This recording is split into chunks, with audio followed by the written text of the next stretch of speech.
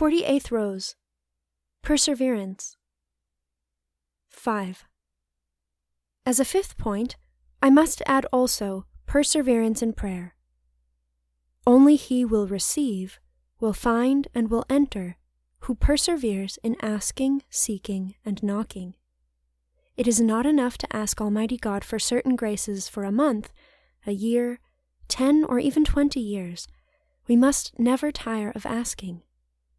We must keep on asking until the very moment of death, and even in this prayer, which shows our trust in God, we must join the thought of death to that of perseverance and say, "Although he should kill me, I will trust in him." Job 13:15. And will trust him to give me all I need. Prominent and rich people of the world show their generosity by foreseeing people's wants and ministering to them, even before they are asked for anything. On the other hand, God's munificence is shown in his making us seek and ask for, over a long period of time, the grace which he wishes to give us, and quite often, the more precious the grace, the longer he takes to grant it. There are 3 reasons why he does this. 1.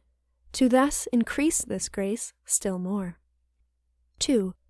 To make the recipient more deeply appreciate it. 3.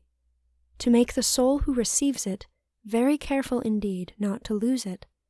For people do not appreciate things that they can get quickly and without very little trouble. So, dear members of the Rosary Confraternity, persevere in asking Almighty God for all your needs, both spiritual and corporal, through the Most Holy Rosary. Most of all, you should ask for divine wisdom, which is an infinite treasure. Wisdom is an infinite treasure. Wisdom 7:14.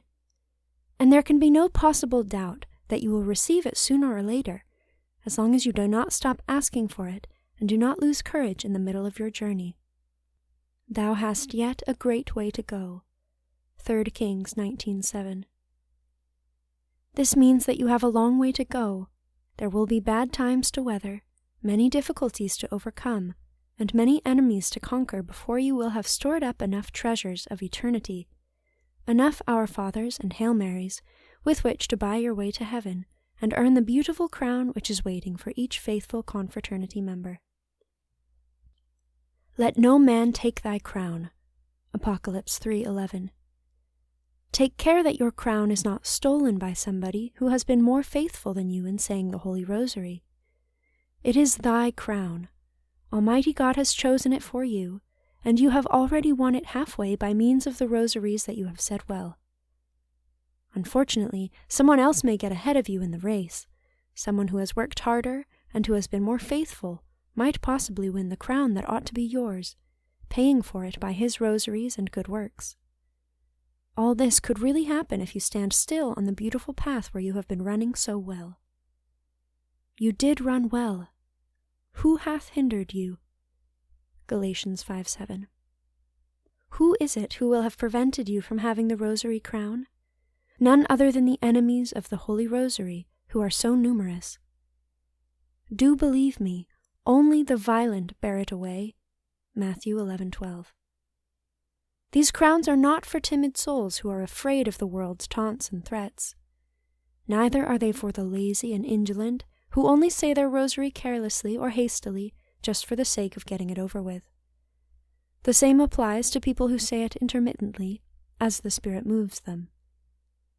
These crowns are not for cowards who lose heart and down their arms as soon as they see hell let loose against the Holy Rosary.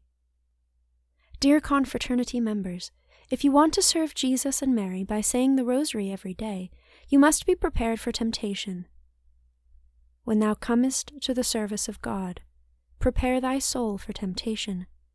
Ecclesiasticus 2:1.